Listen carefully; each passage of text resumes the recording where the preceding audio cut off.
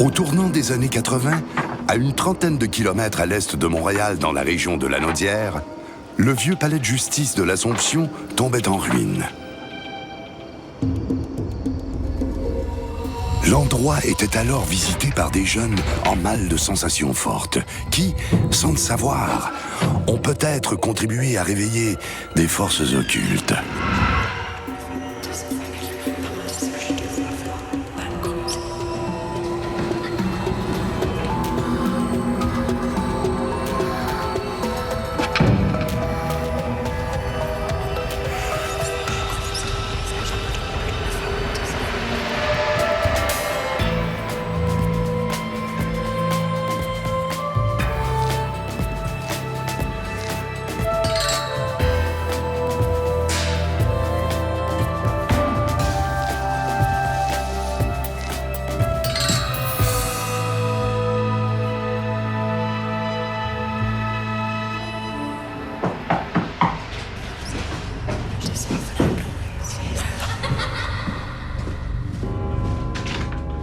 Le vieux palais de justice de l'Assomption, c'est un centre culturel qui a été bâti en 1811. C'était classé monument historique en 1973 par le gouvernement du Québec. C'est un des lieux les plus recherchés des enquêteurs. Alors, avoir la chance de venir ici pour enquêter, c'est merveilleux. Et c'est presque garanti qu'on va vivre quelque chose quand on vient ici. Vous êtes de la SPJ? Le vieux palais de justice de l'Assomption fait partie des 10 lieux les plus hantés au Québec.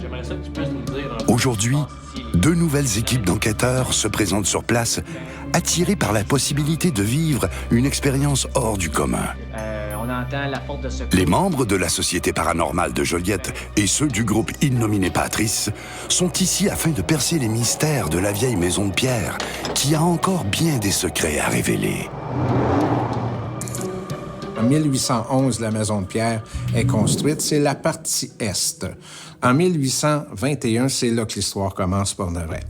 On va y bâtir un grand corps central qui va devenir un grand magasin et un magasin probablement de la Compagnie de la Baie du Son qui venait de fusionner la Compagnie du Nord-Ouest. À ses débuts, on donne au bâtiment une vocation commerciale. En 1842, la vocation de la bâtisse change complètement. À partir de 1842, le rez-de-chaussée de la partie est devient le bureau d'enregistrement du comté de l'Assomption. À ce bureau d'enregistrement, on ajoutera en 1849 une cour de justice qui aura juridiction sur toute la région. En avant du juge, il y avait le président. De chaque côté du C'était une cour de justice de niveau inférieur qui, pour vous expliquer un peu l'équivalent d'aujourd'hui, serait une cour des petites créances ou une cour municipale. Le vieux palais de justice de l'Assomption gardera sa vocation jusqu'en 1979. La bâtisse est alors abandonnée, laissée, selon la rumeur, aux mains des vandales et des adeptes de satanisme qui s'y retrouvent afin de célébrer différents rituels occultes. Le bâtiment était placardé. Il y avait des clôtures qui empêchaient l'accès en arrière, entre autres. Mais les jeunes réussissaient à s'infiltrer pareil dans le bâtiment. Nous nous rassemblons pour t'invoquer, ô grand Lucifer.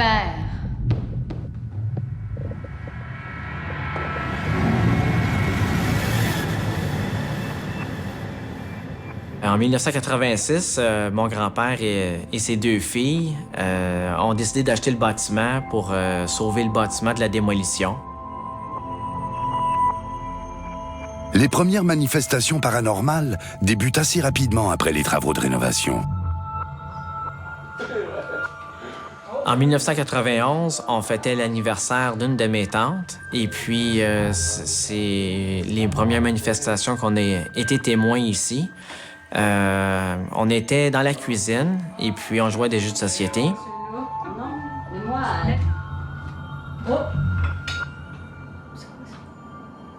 La première chose qui est arrivée, on entendait des sifflements dans le sous-sol.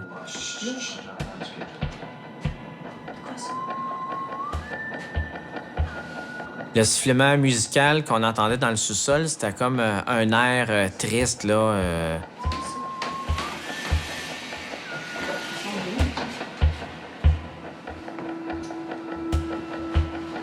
Ça ressemblait à un air de défaite militaire.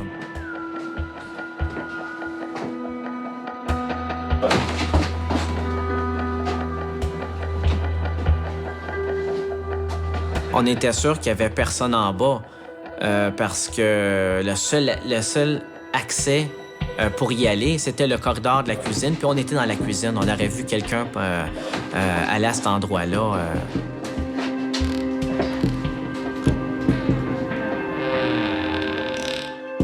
Quelques secondes plus tard, la porte qui est située dans le corridor à côté de la cuisine qui mène à la terrasse arrière s'est ouverte 2 fois en quelques secondes. On s'est dit c'est peut-être le vent, mais la 2e fois, on était sûr que c'était quelqu'un qui avait réussi à s'infiltrer dans le bâtiment. C'est pour ça qu'à ce moment-là, on s'est armé de couteaux puis on a vérifié les lieux pour voir si on était seul ou non. Depuis 1991, on a été témoin de pas mal de phénomènes étranges. J'en ai vu suffisamment pour mettre en question mes croyances, puis en me disant, ben oui, il y a des entités ici, là, ça existe. C'était un mardi, après-midi, vers 4 heures. Et puis là, on est en train d'essuyer de la vaisselle. J'ouvre à demi le tiroir. 2 secondes plus tard, le tiroir est éjecté du meuble de cuisine, tombe à terre. En tombant, la poignée du tiroir a cassé. Qu'est-ce qui s'est passé? J'ai pas eu de tomber ça.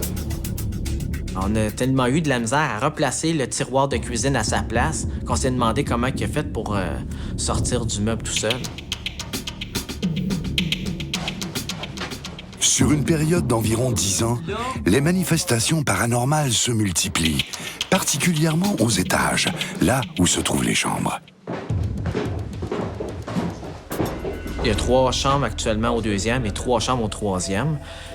Au 3e étage, ils entendent souvent quelqu'un marcher dans le grenier, puis ils entendent souvent aussi des billes rouler sur le plancher.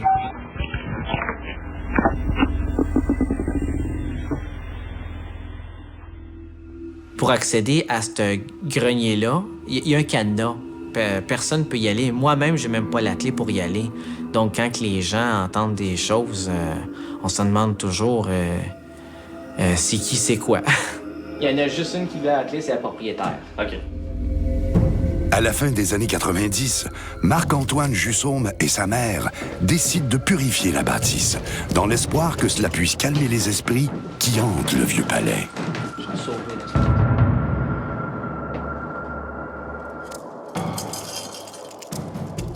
Au nom de Dieu Tout-Puissant, que les mauvais esprits s'éloignent de moi et que les bons me servent de rempart. On a fait venir une médium de Montréal. Malfaisant qui inspirait aux hommes de mauvaises pensées.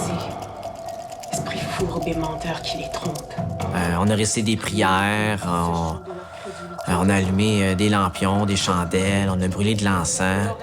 Puis les personnes, durant cette séance-là, ils ont senti des changements de température assez brusques. Il y a une de nos employées qui s'est sentie tellement mal à l'aise qu'elle a dû quitter la pièce. Elle s'est sentie suivie partout où elle se déplaçait. Là, les médiums ont dû quitter cette chambre-là pour calmer la personne. Là. Il y a plusieurs façons de purifier un lieu ou une personne. Ça dépend toujours de la nature, en fait, de la manifestation. Et je te somme, par le Dieu vrai, par le Dieu saint, par le Dieu vivant, de quitter ces lieux pour ne plus jamais y revenir. La méthode qu'on privilégie, en fait, c'est une méthode classique. C'est celle qui consiste, en fait, à ouvrir un cercle, finalement, qui va permettre de capter énergétiquement les entités, de leur ouvrir un passage, de leur permettre, justement, de retourner vers la lumière, de fermer ce cercle-là, et puis de purifier l'endroit, finalement, en prenant soin aussi de bien fermer aux 4 points cardinaux du lieu, l'endroit pour que, finalement, aucune entité autre puisse passer dans ce milieu.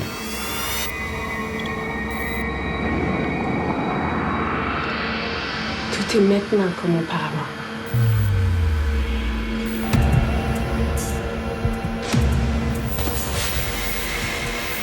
Finalement, la purification qu'on a faite, ça n'a pas été un grand succès. Ça a même amplifié les phénomènes un certain temps. Là, on s'est dit, fini les purifications.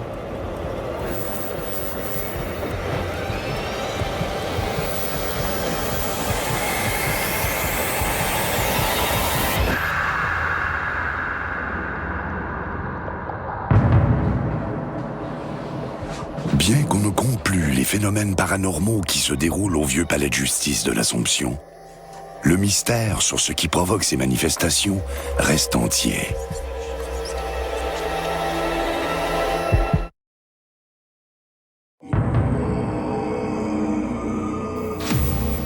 Le vieux palais de justice de l'Assomption est hanté. C'est du moins ce que disent bon nombre de personnes qui y sont passées.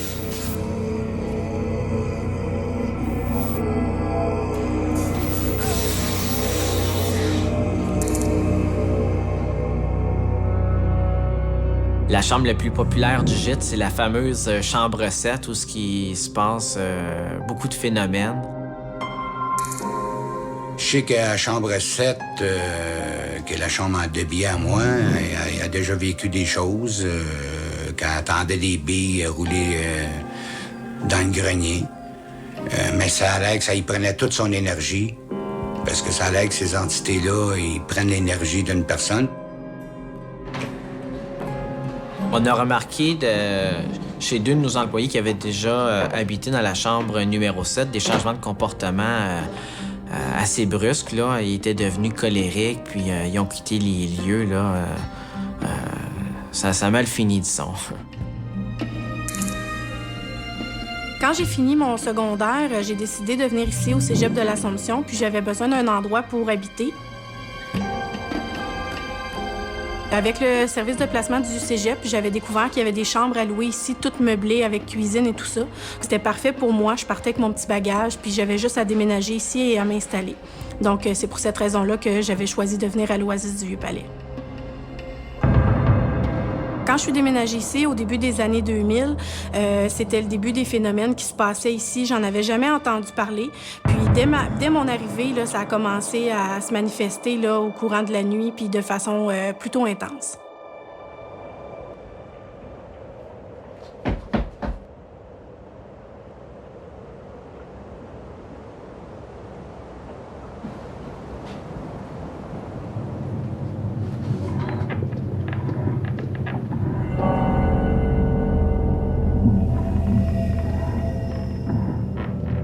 J'avais vraiment l'impression que c'était des pas d'enfants qui traînaient comme un canard de bois derrière lui avec des pattes de cuir là, qui frôlaient le plancher à chaque fois. Les pas ont toujours été entendus pour ma part dans la chambre numéro 7. C'est bon, merci. Bye.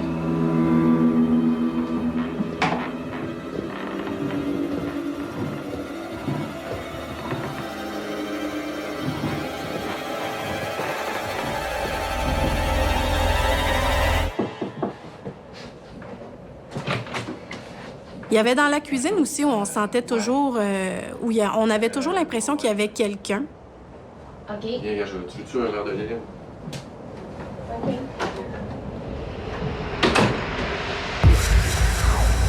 J'ai eu beaucoup de difficultés à dormir là, avec tous les bruits qu'il y avait, là, des petits pas puis tout ça, tellement que j'avais pas le choix d'être ici durant la semaine parce que j'allais à l'école. Mais le week-end, là, aussitôt que je pouvais, je m'en allais chez une amie à Montréal. Je récupérais toutes les heures de sommeil que j'avais pas eues durant la semaine ici. C'était devenu là, pratiquement invivable.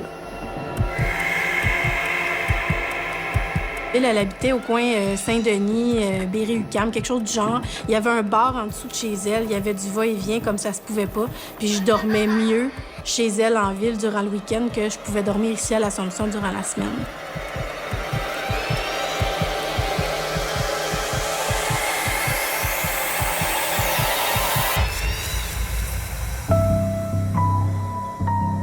J'avais peur parce qu'on se le cachera pas. J'avais 17 ans, je partais de chez mes parents. J'étais toute seule dans une ville que je connaissais pas.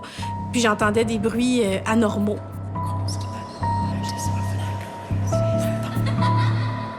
Laissez-moi tranquille! Je veux juste dormir! Arrêtez! Des maux de ventre, frissons, puis tout ça. L'insomnie aussi, là, qui était pour beaucoup, là, qui était probablement relié à tout ce qu'on entendait ici. Là, c'était vraiment, vraiment pas agréable.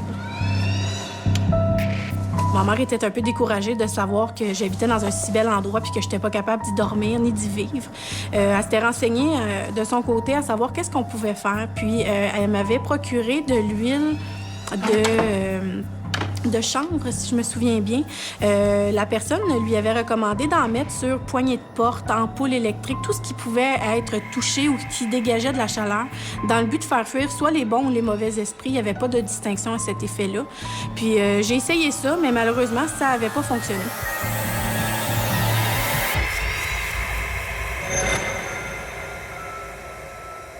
Après plusieurs années, je suis encore convaincue qu'il y a des entités qui habitent ici. Je suis certaine qu'il y en a qui sont partis après l'intervention de plusieurs intervenants. Mais sinon, je suis sûre qu'il y en a encore qui errent ici là, de façon régulière. Actuellement, la chambre où il y a le plus de phénomènes étranges, ça c'était assez récemment, c'est la chambre 6. Il est à peu près vers 1h du matin, 1h moins 10. J'entends du bruit. Tout d'un coup, je commence à entendre des pas dans le grenier. L'équipe de la Société paranormale de Joliette et celle du groupe Innominé Patrice s'intéressent aux phénomènes paranormaux qui se déroulent à la chambre numéro 6, habitée par Denis Fontaine.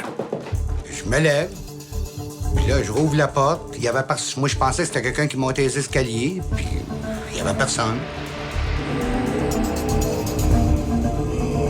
La chambre, c'est un des lieux où il y a eu des messes noires et des séances de spiritisme à l'époque, quand que le bâtiment est à l'abandon, entre 1979 et 1986.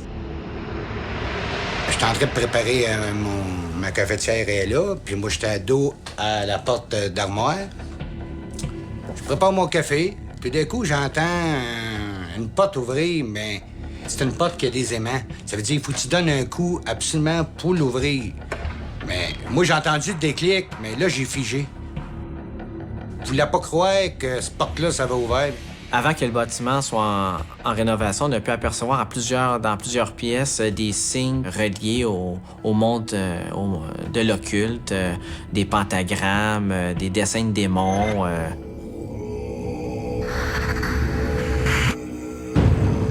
Une employée bénévole du Vieux Palais décide de mettre une enregistreuse dans une chambre afin de capter des manifestations d'entités qui pourraient s'y trouver.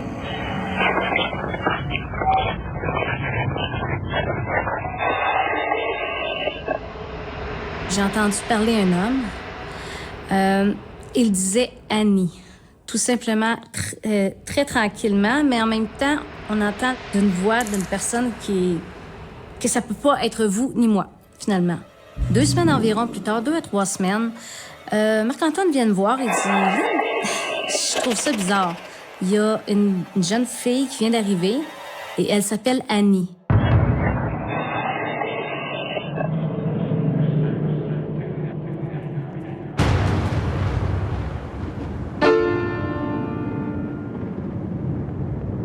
La rumeur circule rapidement, surtout lorsqu'il est question de fantômes. Le Vieux Palais de justice de l'Assomption finit par en faire les frais. Marc-Antoine Jussaume croit que le grenier de la partie Est pourrait avoir été le théâtre d'un drame déclencheur de ces phénomènes. Pendant la Première Guerre mondiale, on va cacher un conscrit dans le grenier du Vieux Palais. Et à l'époque, évidemment, c'est une partie du bâtiment qui est très rudimentaire. Il y a eu, en fait, plus qu'un conscrit qui s'est caché, mais il y en a un qui est décédé là. Et pour une raison qu'on ignore, il n'y a pas eu de funérailles et il va être enterré dans la cour arrière du terrain ici. Pourquoi avoir enterré quelqu'un dans la terrasse pendant qu'il y avait des cimetières juste sur l'autre bord de la rue? Donc, on pense que c'est une mort suspecte. Il aurait peut-être été assassiné. C'est pas très commun quand on sait la place qu'occupe la religion catholique à l'époque. Nous, on a des raisons de croire que le type se cachait, qui était peut-être mal vu de la communauté, que l'Église peut-être avait pas voulu lui donner les derniers sacrements, etc. Sylvain Lavoie est l'un des nombreux enquêteurs en paranormal qui s'intéressent au Vieux-Palais. Il est loin de se douter à quel point cette enquête le mènera à vivre une expérience bouleversante.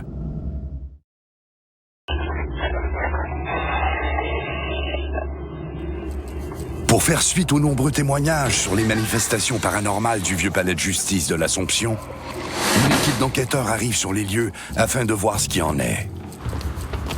En 2009, Sylvain Lavoie décide de fonder le BEB, le Bureau d'enquête en phénomènes paranormaux. Le projet vise à concrétiser un vieux rêve. En effet, l'homme est passionné par tout ce qui touche au paranormal depuis son enfance. Le PEP, on est rendu, si je me trompe pas loin d'une trentaine d'enquêtes de réaliser déjà. Et plus les années avancent, plus on a une demande. Nous, on fait à peu près une, maximum 2 enquêtes par mois. On aimerait en faire beaucoup plus que ça, mais une enquête, c'est 40 heures de travail à peu près. Dès la réception de l'appel, on va faire des recherches sur les lieux. On commence déjà notre travail. Ensuite de ça, il faut se présenter sur les lieux. On passe une nuit là. Après, il faut tout analyser le matériel. Sylvain Lavoie se rend sur place une première fois. Il est seul et veut simplement récolter un maximum d'informations sur les manifestations qui se déroulent au Vieux-Palais. J'étais comme un adolescent. J'étais fébrile, j'étais heureux, j'étais content. Je me disais, enfin, on s'en va quelque part où il y a des cas recensés. C'est vraiment reconnu qu'il y a des hantises qui sont là. Marc-Antoine, notre client, a commencé à me décrire les phénomènes qui arrivaient ici parce que je n'avais jamais vraiment entendu parler. Je savais que c'était hanté. Puis il a commencé à me parler de bruit de pas dans les escaliers, du piano qui jouait tout seul, le crucifix qui tombe à terre, des apparitions complètes, des apparitions partielles. C'était all dress, là, vraiment tout garni comme lieu. On pouvait pas rêver mieux. La première nuit, on a installé notre équipement vraiment, c'est dans le sous-sol. On avait entendu parler qu'il y avait un enfant qui serait décédé là de maladie pulmonaire, qui avait été mis en quarantaine et qu'un médium était déjà passé en disant qu'il sentait une énergie là. Alors, c'était un des endroits qu'on a enregistré. Ça va être ça, les gars. Je le sens. La première fois que le BEP est venu ici, on n'a pas ramassé aucune preuve vidéo ni audio, aucun PVE. On n'a pas beaucoup d'équipement. Par contre, ça a été une nuit d'expérience personnelle vraiment fantastique. Probablement que j'ai vécu ma plus belle expérience depuis que je fais ça ici au Vieux-Palais. J'avais 2 membres de mon équipe qui étaient ici au sous-sol, seuls. Moi, j'étais ailleurs dans la bâtisse. Et à un moment donné, je vais les visiter en bas, puis je dis, puis, comment que c'est ici? C'est tranquille. Puis ils m'ont dit, chut, chut, chut, assis-toi, Sylvain, assis-toi. Puis ils m'ont dit, on ne dit rien, regarde.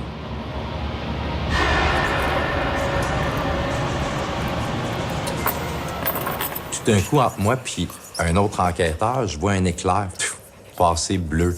À un moment donné, vert. Puis il y en a une qui tournait autour de la tête d'un autre enquêteur. C'était fou, on était entourés d'éclairs.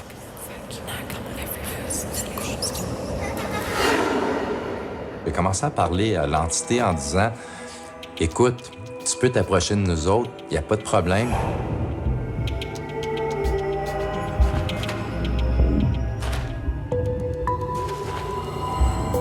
À ce moment-là, on a entendu marcher dans le sous-sol. nous, on est sur place, on bouge pas. Et on entendait vraiment des pas traînants sur les tuiles en bas, puisqu'il y avait un petit peu de sable. Ça faisait un chut, chut, chut. Là, ça partait de loin de la pièce. Chut, chut, chut, chut. T'es-tu là, petit gars? Puis je dois vous avouer que j'étais fébrile. C'était vraiment quelque chose de très direct qui arrivait, puis je savais que c'était pas nous trois qui bougeaient. Et les pas se sont arrêtés devant moi.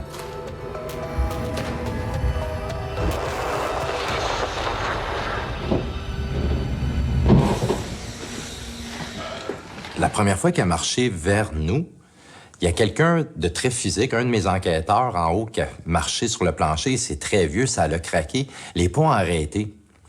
Et on essayait de reparler avec l'enfant. Il était plus là. Il a eu peur. Il s'est en allé. Il a fallu prendre 5 minutes pour lui reparler, lui redonner confiance, lui expliquer que c'était quelqu'un qui était avec nous dans la place, qui n'était pas en danger. Et là, pour la deuxième fois, on a entendu les pas se rapprocher vers nous. C'est à ce moment-là que j'ai juste mis ma main devant moi, puis je lui ai dit « Tu peux me toucher si tu le veux. » Tu vas approcher, petit gars.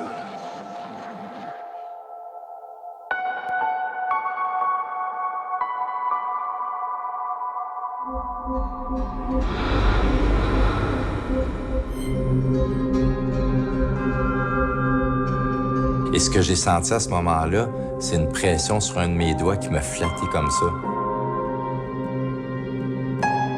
J'ai presque pleuré.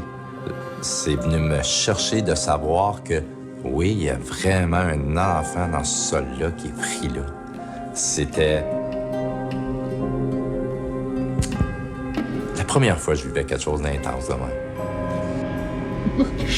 J'ai trouvé ça émouvant de me faire toucher par cette entité-là.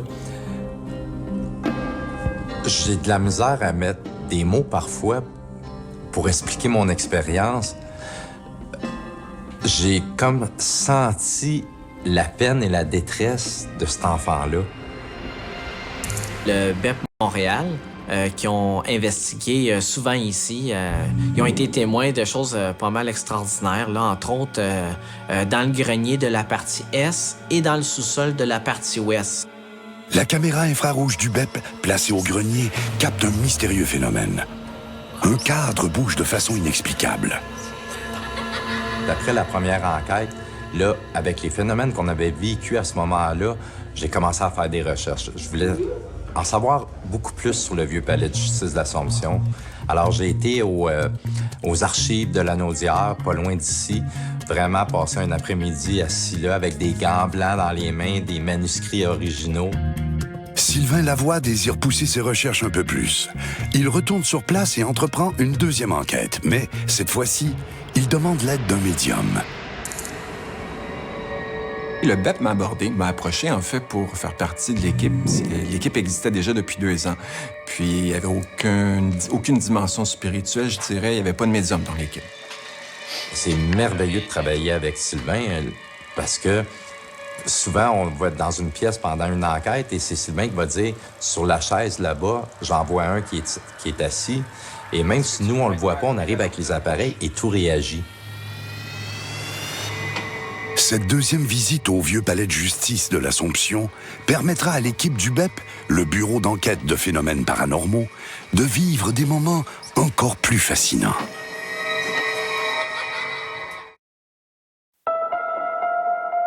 Après l'expérience vécue par Sylvain Lavoie, une nouvelle enquête est menée au vieux palais de justice de l'Assomption. Mais cette fois-ci, le médium Sylvain Bolduc se joint à l'équipe. Au cours de leur deuxième visite au vieux palais de justice de l'Assomption, les enquêteurs du BEP se munissent d'un équipement plus sophistiqué. Écoute ma voix. Rapproche-toi tout doucement. Oui, t'as pas à avoir peur. On a fait le rez-de-chaussée ici. Je vous dirais que c'était plutôt calme. Il y avait plus ou moins de va-et-vient. C'est sur les étages supérieurs et au grenier que ça s'est manifesté davantage. J'ai pu rencontrer une dame et quand je lui ai demandé son nom, J'avais pas de nom, je captais pas de nom, je voyais juste la couleur rose. Puis je comprenais pas pourquoi ça répond pas par un nom. Et on me confirme qu'un des esprits du Vieux-Palais s'appelle Rosalie. La dame, quand elle s'est manifestée à moi, je la voyais se tenir le ventre, le bas du ventre. Dans ma tête, je voyais du sang. Ce qu'elle m'a fait comprendre, c'est qu'elle était décédée, probablement en accouchant ou peu après avoir accouché d'un enfant.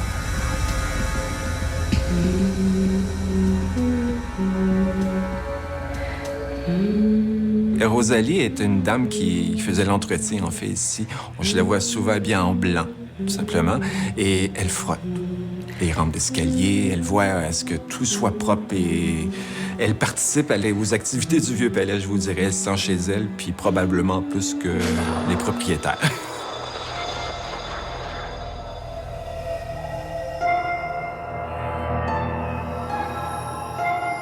La première entité qui s'est manifestée à nous, en fait, ça s'est fait très rapidement. Je veux dire, on n'a même pas eu à faire quoi que ce soit d'appel ou de demande.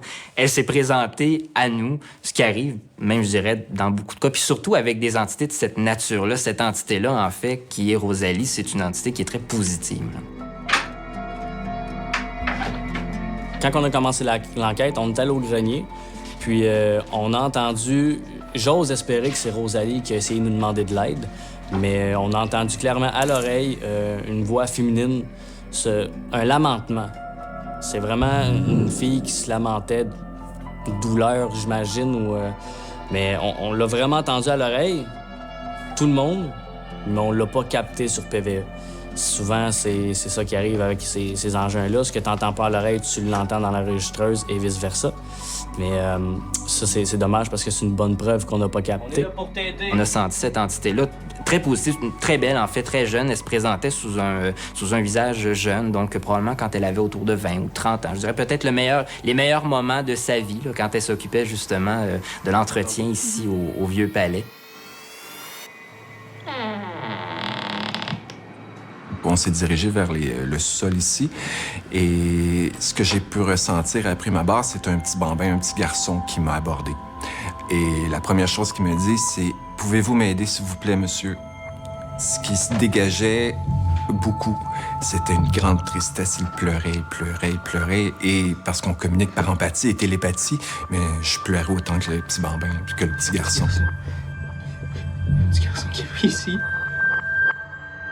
Je vais toujours me rappeler de la réaction. Il a fait « Ouf! » Il dit « Il y a un enfant juste là devant nous autres. » Veux pas, c'est venu me chercher parce que quelques mois avant, moi, je l'avais senti, il m'avait touché.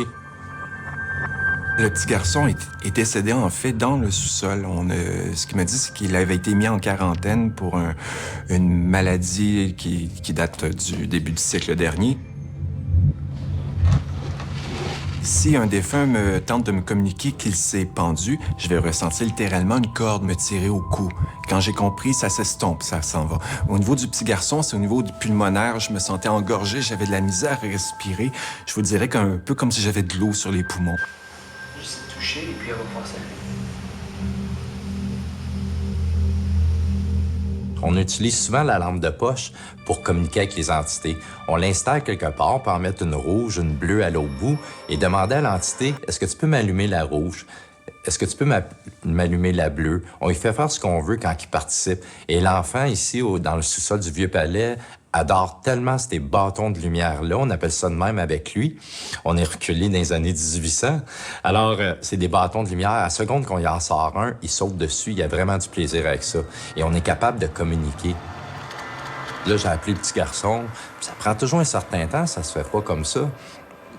Et là, la lampe de poche a allumé. On te demandait d'augmenter l'intensité, de diminuer, de la fermer, de l'allumer, allume l'autre. Pendant que l'enfant jouait avec la lampe de poche très loin à droite, je lui ai demandé « Est-ce que tu peux venir toucher l'un de nous? » Parce que moi, je l'avais vécu avec, puis je voulais faire partager ça à quelqu'un d'autre. À ce moment-là, la lampe de poche s'est éteinte. Il l'a lâchée. Et entre la lampe de poche et moi, j'ai toujours le codeur qui est là.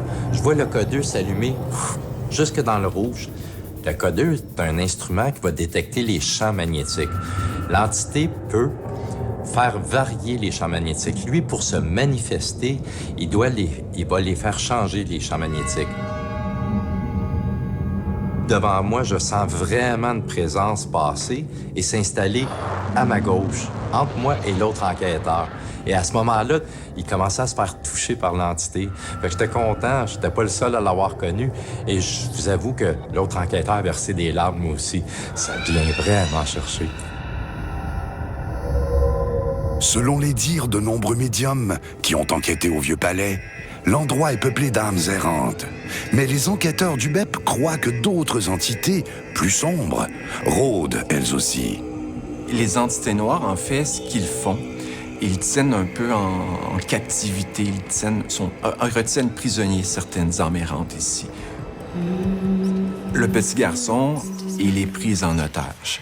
Et même qu'il est tellement pris en otage qu'il ne peut même pas sortir du sous-sol. Moi, j'ai jamais vu le petit bambin ailleurs que dans le sous-sol. Ce qu'on sait du Vieux-Palais aussi, il a été abandonné pendant quelques années et il y a eu des rituels de magie noire qui ont été faits ici et très souvent. Et ces entités-là ont pris leur source lors de ces phénomènes-là, de ces expériences. Voyons. Ça vient de me tomber dessus, ça. Oui. Sérieux, j'y touchais même pas. Et ces entités-là, je les ai captées au grenier. C'est des êtres désincarnés qui vivent dans le bas astral, n'ont pas de nature humaine. On dit que l'âme d'une personne décédée peut soit s'élever vers la lumière, ou subir l'errance, c'est le bas astral. Les catholiques appellent cet endroit l'enfer. La première fois que je suis monté au grenier ici, j'ai dû prendre une pause de 5 minutes et m'asseoir dans les marches parce que mes jambes étaient comme de la déguenille, tout simplement, littéralement. J'avais 3 entités noires qui me tournaient autour, qui m'empêchaient, qui voulaient pas que je monte. J'avais Sylvain Lavoie devant moi avec la caméra, parce qu'on est toujours en enquête avec le BEP, et il me dit... Il est à peu près à 3-4 pieds, on est vraiment très près. Il me dit, Sylvain, je vois des masses noires passer devant toi, entre toi et la caméra. Moi, je voyais aucune entité. On voyait pas de masse noire. Moi, je le ressentais. Mais je ressentais ces attaques-là. Mais au niveau visuel, on a pu capter des nuages, des masses noires se véhiculer devant la caméra tout le temps que je disais, je suis attaqué par des entités noires et on veut pas que je monte. Dans les entités plus sombres ici, des êtres désincarnés, pour être plus précis, il y en a une qui est plus dominante, celle qui tient un peu le joug sur tout le monde, qui a le contrôle, autant sur le petit bambin, le petit garçon dans le sol, que sur Rosalie. Mais son énergie, elle est très puissante. C'est un bourreau, en quelque sorte. Les esprits, les âmes, s'abreuvent l'énergie des gens aussi, des gens qui vivent dans la maison. Et en puisant leur énergie physique pour pouvoir se manifester sur le plan physique, c'est à partir de ce moment-là qu'on peut faire bouger des cadres, faire bouger des portes, faire claquer des portes. Les rituels de magie noire se sont tenus, je vous dirais, au niveau du grenier. C'est là que la concentration, la noirceur, elle est plus omniprésente dans le Vieux-Palais. Pour le commun des mortels, quand on rentre dans le Vieux-Palais, c'est majestueux, ça a une histoire, c'est beau. L'énergie, elle est bonne. Quand on va au grenier, l'énergie, elle est sombre, c'est lourd, c'est écrasant. Quoi qu'il en soit, les manifestations continuent d'effrayer les gens qui passent au Vieux-Palais de justice de l'Assomption. Mais que faire? Comment rassurer les gens? Faire cesser la peur?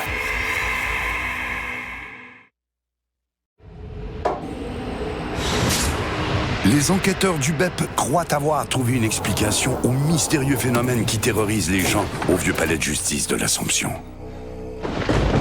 Sylvain Bolduc croit que ce sont les séances de Ouija, de spiritisme et de satanisme qui ont permis aux entités négatives de s'installer au Vieux-Palais de l'Assomption. Il est étonnant de constater que ce que l'on associe à de simples jeux d'adolescents a un tel impact sur un lieu. C'est quoi le Ouija, en fait? C'est un outil de communication qui, si ce n'est pas utilisé à bon escient, sans protection, sans connaissance de ce qu'on fait, ça peut être très dangereux. Il y a deux types de gens. Il y a ceux qui, finalement, savent absolument pas ce qu'ils font puis qui vont créer des problèmes, puis ceux qui savent très bien ce qu'ils font puis qui veulent créer des problèmes. Lorsqu'on fait une séance de Ouija, oui, on accueille des esprits, on peut faire venir des gens qu'on connaît, mais ensuite, qui nous dit qu'ils vont vraiment partir? Lucifer, nous t'invoquons pour que tu nous ouvres ton portail. Ô grand Lucifer. Au début, on se posait la question pourquoi ces phénomènes-là se produisent ici, surtout que nous, on connaît très bien les anciens résidents qui demeuraient ici, eux qui n'ont jamais rien vécu de phénomènes étranges. Comme historien, ce qui m'a intrigué dans ça, j'ai dit, je vais au moins aller voir auprès des anciens occupants vivants s'ils ont de quoi me dire. Et pas plus tard qu'avant-hier, j'en ai encore interrogé une autre pour savoir si eux avaient été en contact avec quelque chose. Et tout le monde m'a dit jamais on a réalisé qu'il se passait quelque chose là.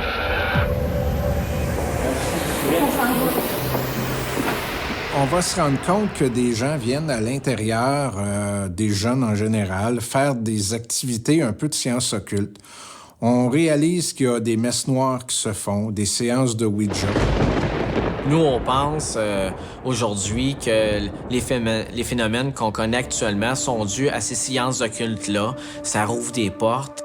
Je sais que tu m'as parlé, en fait, de messes noires et tout ça. Moi, je sens beaucoup d'énergie, hein, comme une espèce d'accumulation d'énergie, une espèce d'égrégore, en fait. C'est que, tu sais, quand les gens pratiquent des rituels de magie noire, en fait, ou qui font des messes d'invocation envers des esprits inférieurs, ils doivent donner une partie de leur énergie, en fait, pour ça. Hein. L'énergie, elle vient pas d'en haut, elle vient d'eux-mêmes, en fait, pour qu'ils puissent s'alimenter en bas. Hein. C'est un peu comme une porte, une fenêtre qui s'installe dans un lieu physique, dans une maison, lorsqu'on pratique ou on travaille beaucoup avec les dimensions spirituelles, en faisant venir les esprits du spiritisme. Alors, lecture de l'Évangile selon Saint Jean. Au commencement était le Verbe, et le Verbe était tourné vers Dieu, et le Verbe était Dieu. Il était au commencement tourné vers Dieu. Tout fut par lui, et rien de ce qui fut. Je dirais que c'est pas du tout un addon, en fait, que les manifestations sont, en quelque sorte, géographiquement parlant, placées à la même hauteur que les chambres où il se passe le plus de choses. On a même une photo d'un vortex qui prouverait possiblement le fait que ça serait hanté. Selon les sciences occultes, le vortex se définit comme un tourbillon d'énergie servant de passage vers un autre monde. Le vortex qui a été créé ici a été engendré par des forces, je dirais, du mal, les forces plus obscures de la magie noire. Il peut y avoir eu littéralement ici des rituels de nature plus satanique, là, donc des consécrations de nature satanique. Et puis bon, de ce côté-là, c'est sûr que nous, on a senti, en tout cas, surtout dans un endroit du vieux palais qui est finalement le sous-sol, en fait, le sous-sol principal. C'est là finalement qu'on ressent ce genre d'énergie très, très négative. Là. Alors, on croit véritablement que si s'est développé quelque chose, c'est véritablement à partir de la période d'abandon, donc 1979, et pendant peut-être le début des travaux, vers le début des années 1990. L'intérêt pour le vieux palais de justice de l'Assomption ne se dément pas. À preuve, ces nombreuses organisations qui continuent de mener des enquêtes. Ça l'a frappé sur le sol. Je demande à tout le monde, est-ce que vous avez marché? Non, regarde, c'est pas personne. Je pense que les entités ici au Vieux Palais vont se manifester tant que personne va intervenir, tant que personne ne raccompagnera pas ces âmes-là vers la lumière, tout simplement, et d'évincer les entités noires, de les renvoyer d'où ils viennent, tout simplement, du bas astral. Ouija? Satanisme? Entité? Difficile de dire ce qui cause les manifestations paranormales au Vieux Palais de justice de l'Assomption. Il reste cependant que les phénomènes continuent de se produire. C'est toujours le soir. La minute que je ferme mes lumières, c'est là que ça commence. Des fois, il y a des nuits, il y a rien. Il y a d'autres nuits, c'est infernal. Là. On a déjà perdu des chambreurs, on a déjà perdu même des employés. Pour eux, c'était trop dur à gérer. Qu'est-ce qu'ils ont vu ou qu'est-ce qu'ils entendaient. Quand je vais faire mon lavage au sous-sol, ça me fait peur parce que je sens toujours qu'il y a une personne. Le Vieux Palais de justice de l'Assomption est un endroit unique à plus d'un titre. Le fait qu'il soit dirigé par des gens qui tiennent à garder l'esprit ouvert face aux mystérieux phénomènes qui se déroulent sur place n'est certainement pas étranger à l'engouement que l'endroit suscite. Je m'intéresse à ces phénomènes-là parce qu'on est témoin de choses vraiment étranges et extraordinaires.